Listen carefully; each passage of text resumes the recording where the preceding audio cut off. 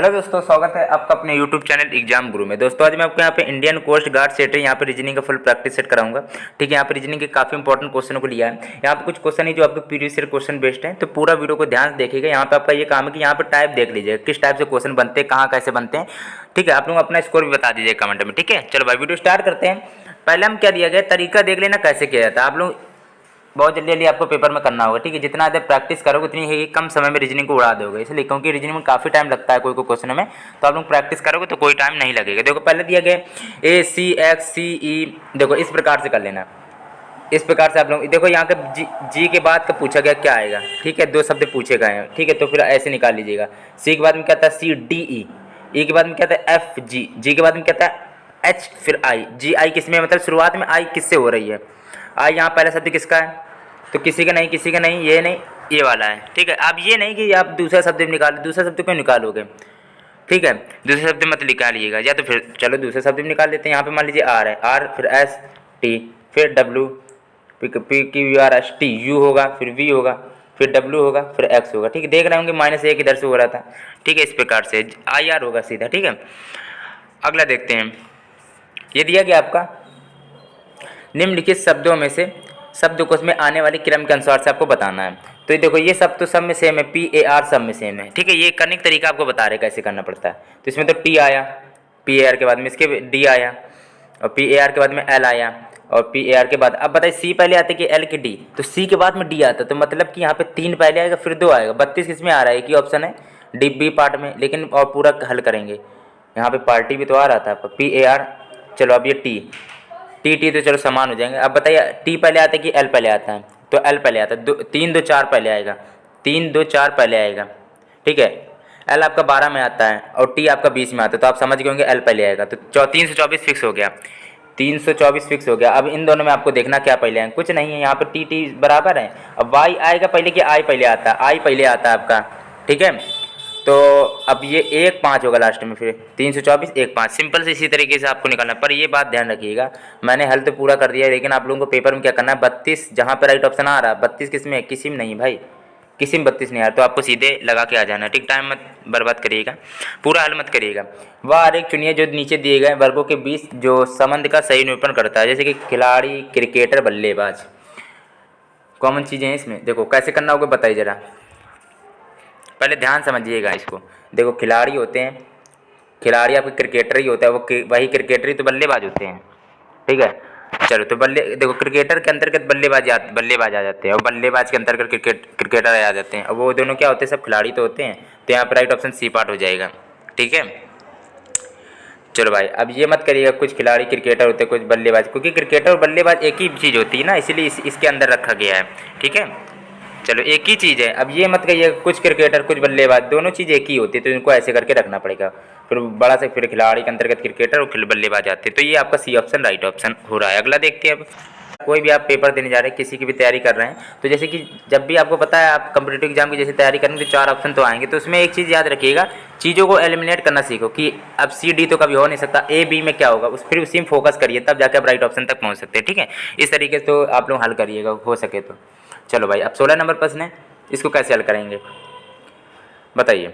देख रहे होंगे सब में ये ऐसी आकृति बन रही है आपकी, सितार टाइप की, सितार टाइप का बन रहा है, सब में सितार टाइप का बन रहा है। ये तो सिंपल सा गोला दिया गया है, राइट ऑप्शन बी पार्ट है, इसमें कोई दिक्कत वाली बात नहीं थी। 17 नंबर दिया गया, यदि एक दर्पण को अमन रेखा पर रखा जाए तो दी गई उत्तर आकृति में कौन सी आकृति प्रश्न आकृति का सही दर्पण होगा। अब ये जब यहाँ पे दर्पण रखा जाता है तो ये जो बिंदु हैं इधर आ जाते हैं, मतलब नहीं समझे, यहाँ की पूरी चीज़ इधर छप जाती है, जस्ट यहाँ की चीज़ इधर और यहाँ की चीज़ इधर आ जाती है, अपोजिट हो जाती है आपस में, तो गोले इधर जाएंगे। ठीक है, तो गोले एक ही ऑप्शन में है, फिर बी ऑप्शन होगा। फिर चलो भाई बी ऑप्शन पे होगा, किस में होगा, बी ऑप्शन यहाँ पे राइट ऑप्शन हो जाएगा। कौन सा नंबर था आपको नंबर बता दें, 17 नंबर का बी ऑप्शन है। ठीक है, सिंपल से बी था। अगला देखते हैं हम। चलो भाई इस टाइप के भी प्रश्न बनते हैं, यहाँ सारे टाइप के क्वेश्चन मैंने लिए हैं। अब ये कि छोटा सा काम करना है, ये लोग आप लोग ये यहाँ तक मत पढ़िएगा पेपर में। ठीक है, इसको मत पढ़िएगा, केवल ये पूछा गया कुछ कथन क्या कहा गया है, कुछ बसें हैं जो आपकी चौपहिया वाहन है, 4 पहिए वाली। ठीक है, चौपहिया वाहन है और सभी चौपहिया वाहन वैन है। तो अब इसको आपको थोड़ा बनाना पड़ेगा, चित्र आप बना के हल करोगे तो आराम से कर लोगे। कुछ बसें हैं, कुछ बसें, मान लो ये जो बसें हैं आपकी, ये बस हैं, ये बस है, 1 मिनट रुकिएगा, ये बस है आपकी। ठीक है। अब ये बस में क्या है कि चौपहिया वाहन है, तो ये आपके चौपहिया वाहन है। कुछ बसें चौपहिया वाहन है, तो ये चौपहिया वाहन हो गई, चौपहिया वाहन। तो चौपहिया वाहन में अब कुछ बसें हो गई, सम्मिलित है। और सभी चौपहिया वाहन, ये जो चौपहिया वाहन है, इस सभी चौपहिया वाहन आपकी वैन है। तो कुछ वैन आपकी बस भी हो जाएंगी, ये भी चीज़ याद रखिए। कुछ वैन बसें बिल्कुल सही है, और कुछ बसें, ये जो बसें वैन है बिल्कुल सही है आपका, मतलब कि फर्स्ट और सेकंड दोनों सही हो गया। ठीक है, समझ गए होंगे, कोई दिक्कत वाली बात नहीं आएगी। कहाँ लिखा है, समझ में आ गया होगा। क्योंकि कुछ बसें आपकी चौपहिया वाहन थी, और चौपहिया वाहन जो थी वो आपकी सभी वैनें थी। तो अब सभी है, तो ये तो पूरा इसमें बसें भी ऐड हो जाएंगी, और कुछ बसें भी वैन हो जाएंगी, वैन बसें हो जाएंगी। तो दोनों सही था। चित्र बना करोगे तभी हल होगा सही, वरना आपका गलत हो सकता है। चित्र बना कर लीजिएगा आराम से। कुछ चित्र में था नहीं वैसे। यदि किसी कूट भाषा में प्ले को ये लिखा जाता है, तो क्या लिखा है देखो, प्ले को उल्टा लिख दिया गया है, सिंपल सा कुछ नहीं था। पीएल को एलपी लिखा है, एसएल को एलएस लिख देंगे। एलएस केवल एक ही ऑप्शन पे, टाइम मत बर्बाद करिएगा। ईडब्ल्यू को डब्ल्यू कर दीजिएगा, एक ही ऑप्शन है यहाँ पर, डी पार्ट राइट ऑप्शन होगा। अब 20 नंबर प्रश्न देखते हैं। यहाँ पे देखो, 4 बच्चे एक कतार में बैठे हैं, बी जी के तुरंत बाद बैठा है। चलो अच्छा, 4 बच्चे बैठे हैं, ठीक है, 4 बच्चे बैठे हैं। बी है जो यहाँ पे, बी है जो जी के तुरंत बाद बैठा है, बी है जो जी के तुरंत बाद बैठा है। चलो मतलब बी बैठा है, तो यहाँ जी हो गया, यहाँ बी है जो जी के तुरंत बाद बैठा है, बिल्कुल बैठा, अच्छी बात है। तो जो आर के तुरंत बाद नहीं है, जो आर के तुरंत बाद नहीं है, चलो तो ठीक है, आर के तुरंत बाद नहीं है। जो यदि आर एफ के तुरंत बाद नहीं बैठा, यदि आर है जो एफ के तुरंत बाद नहीं बैठा, तो यहाँ होगा फिर एफ। ठीक है, चलो फिर अब ये पूछा, तो एफ के तुरंत बाद कौन बैठा है, एफ के तुरंत बाद यहाँ पे कौन है, जी। ये जी कौन है आपका, ये जी है, नाम कुछ नहीं दिया, तो ये जी है राइट ऑप्शन। ठीक है, समझ में आ गया होगा। फिर से आप कर लीजिएगा, आपको आ जाएगा, इसमें कोई दिक्कत वाली बात नहीं थी। इसे पूछा कि बी है जो जी के तुरंत बाद बैठा है, देखो बैठा भी था। ठीक है, अब इसमें कहा आर के तुरंत बाद नहीं है, जो आर के बाद तुरंत बाद नहीं है, सही में आर के तुरंत बाद नहीं है, यहाँ पे नहीं आएगा बीच में, मतलब यहाँ पे आएगा। अब यहाँ पे आया क्यों, इसका रीज़न यहाँ आगे देख लो, आर जो एफ के तुरंत बाद नहीं है, जो आर एफ के तुरंत बाद नहीं है, तो एफ आपका यहाँ आएगा फिर। ठीक है, क्योंकि 4 बच्चे कतार में बैठे, कतार में मतलब लाइन में बैठे, तो एफ यहाँ आएगा और आर यहाँ आएगा। तो इसमें पूछा एफ के बगल में कौन है, तो जी होगा। ठीक है, चलो अगला देखते हैं। अगला प्रश्न यहाँ पे दिया गया है, नीचे दी गई समीकरण को संतुष्ट करने के लिए कौन से संकेत आपस में बदले जा सकते हैं। तो मैंने इसकी थोड़ी ट्रिक बताई थी, काफ़ी वैसे क्वेश्चन होते हैं। देखो ट्रिक नहीं था, एक 100 में 90% तक ये फॉलो हो जाता है रूल। ठीक है, इसमें कुछ नहीं था। अब यहाँ देखो कि, अब ये देखो कि यहाँ पे आपका भाग कैसे आएगा। देखो इसमें एक में रुकेगा, यहाँ पे दूसरे अंक में आपका भाग आना चाहिए। अब यहाँ पे केवल एक ही ऑप्शन है, ठीक है, दूसरे में भाग है। जो कैसे करना मैं आपको बताता हूँ। देखो दो यहाँ के शुरुआती के 2 चिन्ह को आपको बदलना, क्योंकि 2 यहाँ 2 ही तक चिन्ह दिए गए इसलिए। तो 2 - 16, अब क्यों किया मैंने ऐसे, तो इसको रीजन आपको बताएंगे। प्लस का 6 × 1, 6 × 1 कितना, पहले तो भाग किया जाता है। क्यों भाग किया कि इसका रीजन बताएंगे, पहले समझ लो। 2 भागे 16, सॉरी 2 - 16 था, 2 - का 16, 16 भागे 8 था, 16 भागे 2 था, तो 8 आएगा। और प्लस कर ली, 6 कम 6 हो जाएगा, तो फिर प्लस करो, 8 6 14। अच्छा इसको हल नहीं करना है, सॉरी दोस्तों, हल नहीं करना। 6 2 8, इसको जोड़ो पहले, 6 2 8 प्लस, ये भी प्लस ना, 6 2 8, 8 - 8 मतलब 0, ये आपका सही हो गया। अब इसको मैंने भाग क्यों लिया, इसका रीज़न आपको बता दें कि इसमें से आप यहाँ अगर भाग रखे 2 8 16, मेरे कहने का मतलब है 25 खाली स्थान 5 है, तो कोई पूछे भाग आए कि गुणा आएगा, कि जोड़ा है कि घटाना, सीधा आप कह दो भाग आएगा, क्योंकि बहुत ज़्यादा 90% ये चांस रहते हैं भाग होगा, तभी 25 कट गया। तभी मैंने ये दिमाग लगाया कि यहाँ भाग लगेगा तो 2 8 16 हो जाएगा, प्लस तो हो नहीं सकता। ठीक है, दो आप पे अधिकतर यही केस बताया गया कि 16 और डैश लिखा है 4, तो यहाँ पे माइनस प्लस पूछा जाएगा, भाग गुणा में क्या आएगा, तो भाग कर दीजिएगा। तो यहाँ पे ज़्यादातर फॉलो 100 में 90% यही फॉलो होता है रूल। तो ये राइट ऑप्शन मैंने इसी तरह से कर दिया, 2 8 16। ठीक है, इसी तरह ये माइनस था। हाँ, इसका तरीका बता दें कि हमने पहले आपका भाग क्यों किया। बॉड मास रूल कहता है इन सवालों को, जो इन ऐसे सवाल जो आते हैं, बॉड मास रूल कहता है कि सबसे पहले भाग करो, फिर गुणा करो, फिर जोड़ होना चाहिए, फिर घटाना होना चाहिए। आपने देखा था शायद ये क्वेश्चन यहाँ पे लास्ट में ये ऐसे बना था +6, तो इसको भी आगे प्लस मान सकते हो। तो कहा जाता है पहले प्लस करो, तो 6 2 8 होता है, 6 2 8 होता है, 8 - 8 आपका 0 होता है, तभी इक्वल आया था इसके। ठीक है, समझ गए होगे, तरीका समझ लीजिएगा। अगर 16 भागे, जैसे कि यहाँ पे अब सोचेंगे 2 8 16 होता है, इसीलिए यहाँ भाग लगाया था, तभी कट गया था। अगला देखते, दिए गए विकल्पों में से उस शब्द का चयन कीजिए जो दिए गए शब्दों के अक्षरों से नहीं बनाया जा सकता है।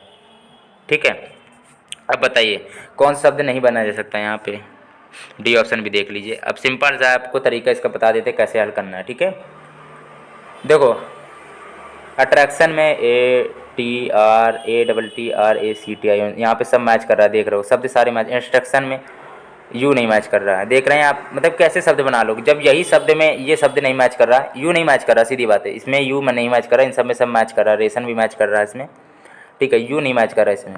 रेशन में चाहे देख लीजिए RATION, रेशन मैच कर रहा है। रेसिप में RACIOB, रेसिप में AB, रेसिप भी मैच कर गया, AB रेसिप है, ठीक है। और यूनियन में यू नहीं मैच कर रहा, तो इसलिए अक्षरों से कौन सा नहीं अक्षर बनाया जा सकता है, ये वाला बी पार्ट। अगला प्रश्न है, चलो 23 नंबर दिया गया कागज आकृति वाला सिस्टम है। इसमें कौन सा नंबर, 23 नंबर। आप बताइए राइट ऑप्शन इसका क्या होगा,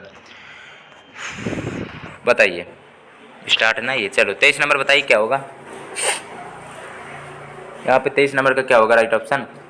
चलो तो 23 नंबर का जो राइट ऑप्शन है यहाँ पे राइट ऑप्शन की बात है, तो आपका ए पार्ट हो जाएगा। कौन सा, ए पार्ट यहाँ पर राइट ऑप्शन हो जाएगा। ये इस तरह से जब मोड़ा गया तो इस तरह से ही निकलेगा आपका।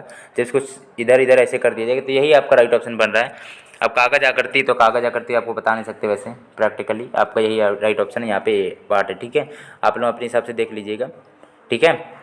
चलो भाई, ये तो कभी हो नहीं सकती। ये लाइन कहाँ से बन गई, ये त्रिभुज टाइप का लग रहा है, ये बिल्कुल नहीं बनेगा। इन दोनों में से आपको डाउट हो रहा होगा तो पहला ही राइट ऑप्शन है, ठीक है।